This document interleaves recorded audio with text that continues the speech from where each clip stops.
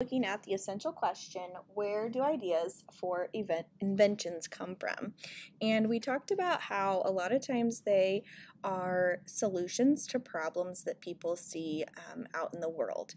This text is called a lucky accident, and it's called a lucky accident because the inventor in this case actually stumbled upon his invention just by chance. He wasn't actually out trying to solve the problem, but he found something in nature that he thought might be able to work to solve problems. So we're going to listen, and we're going to look for those W questions: who, what, when, where, and why, and also our problem and solution.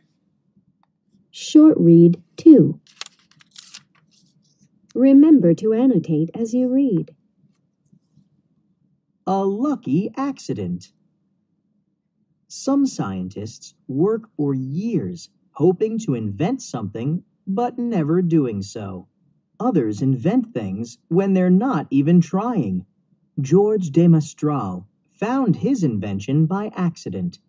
After walking outdoors, George's overcoat and his dog's fur were covered in prickly plants called burrs. George wondered what made their grip so strong. He looked closely. He noticed tiny hooks on the burrs. Burrs. The hook and loop fabric stops everything on this astronaut's tray from floating in midair. Hook and loop. George found that those hooks caught on anything with loops, such as fabric or cloth and fur. That hook and loop discovery became famous. Zippers, shoelaces, and snaps can be hard for the very young and people with disabilities to use. But almost everyone can press and pull this sticky fabric. Astronauts even use it to hold down stuff in space.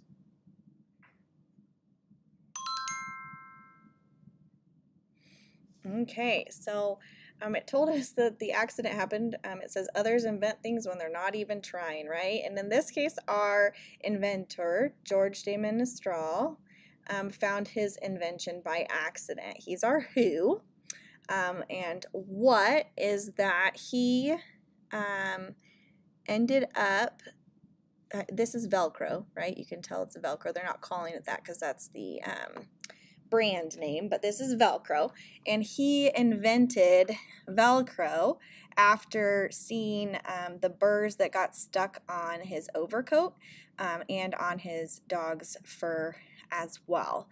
And so he noticed that these burrs, when he looked really closely, here's a zoomed in version right there, you can see that they have these little hooks on them that then get into the dog's fur, and that's how it attaches. Well, that's the same way that Velcro works. So we've got the fuzzy side that acts almost like a dog's fur, or the fabric on your socks or your pants or your coat. And then we've got the hook side, like the burr, that sticks to the Velcro. So it says that he found the hook and loop discovery, which is Velcro essentially. So who, what, when. I don't think it tells us when.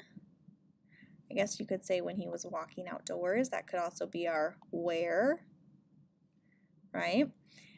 And why. So the why is that it can be zippers, shoelaces, and snaps can be hard for the very young and people with disabilities, but almost everyone can press and pull the sticky fabric.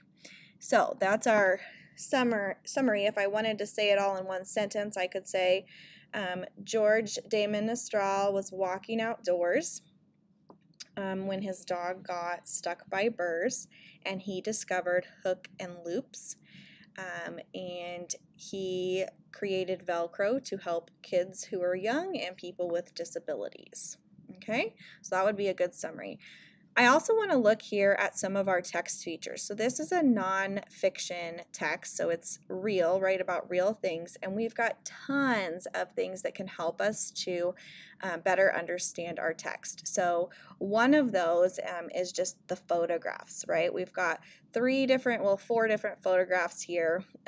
These two are kind of a blown up version. And we've got labels that tell us what these things are. So like this says burrs, and then it points to the burrs. We also have this here. This is a caption. Caption tells us what a picture is. It describes the picture. So in this case, it's that the astronauts use the Velcro to keep their things from floating off. And then we also have our title would be another text feature. Okay, and so all of these things help us to better understand what we're reading. They're there to help, so don't just glaze over those or skip past those, because those help us to form pictures in our mind, to visualize.